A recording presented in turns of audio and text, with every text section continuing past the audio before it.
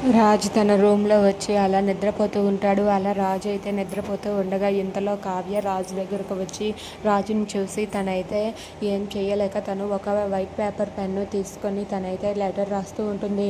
నేను ఇంట్లో నుండి వెళ్ళిపోతున్నాను, నన్ను క్షమించండి అని చెప్పి కావ్య అక్కడ లెటర్ రాసి పెట్టి అక్కడి నుండి అయితే వెళ్ళిపోతూ ఉంటుంది. ఇక అది గమనించక రాజు అయితే అక్కడే అలా నిద్రపోతూ ఉంటాడు. ఇక రాజు ఇంట్లో అందరూ కూడా నిద్రపోతూ ఉండగా ఎవరూ లేని సమయం చూసి కావ్య అయితే ఆ పేపర్ని అక్కడ పెట్టి ఇంట్లో నుండి బయటకు వెళ్ళిపోతుంది. ఇక ఉదయం అయ్యాక అక్కడ ఉన్న పని మనిషి అన్ని గదులు తుడుస్తూ వస్తూ ఉంటుంది. ఇక రాజు గదిని కూడా తుడవడానికి వస్తుంది. ఇక రాజు గది తుడుస్తూ ఉండగా ఇంతలో పని మనిషికి ఒక పేపర్ అడ్డుపడుతుంది.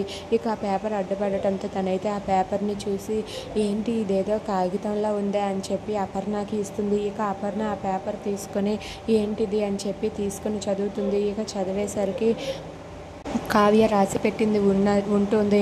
ఇక నేను ఈ ఇంట్లో నుండి వెళ్ళిపోతున్నాను, నన్ను క్షమించండి అని చెప్పి కావ్య రాసి పెట్టి ఇంట్లో నుండి వెళ్ళిపోతుంది.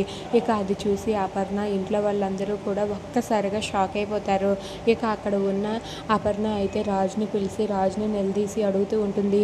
చూడు నువ్వు చేసిన పనికి కావ్య ఇల్లు వదిలి వెళ్ళిపోయింది, ఇప్పుడు ఏం చేస్తావురా, నువ్వు ఎవరికి సమాధానం చెబుతావు, కావ్యని ఎక్కడని వెతికి తీసుకువస్తావు చెప్పు, కేవలం నీ కారణంగానే కావ్య ఇల్లు వదిలి వెళ్ళిపోయింది అని చెప్పి అక్కడ ఉన్న అపర్ణ రాజ్ని అందరి ముందు నిలదీసి అడుగుతుంది. దాంతో కావ్య ఇంట్లో నుండి వెళ్ళిపోయిందని తెలిసి కళ్యాణ్, అప్పు, స్వప్న, రాహుల్ వీళ్ళందరూ కూడా ఒక్కసారిగా షాక్ అయిపోతారు. ఇక అక్క ఎక్కడికి వెళ్ళిపోయిందో ఏంటో అని చెప్పి అప్పు, స్వప్న వాళ్ళైతే చాలా కంగారు పడుతూ ఉంటారు. ఇక రాజు కూడా అదేంటి ఎందుకు వెళ్ళిపోయింది కావ్య, అసలు ఎందుకు ఈ పని చేసిందని అనుకుంటాడు.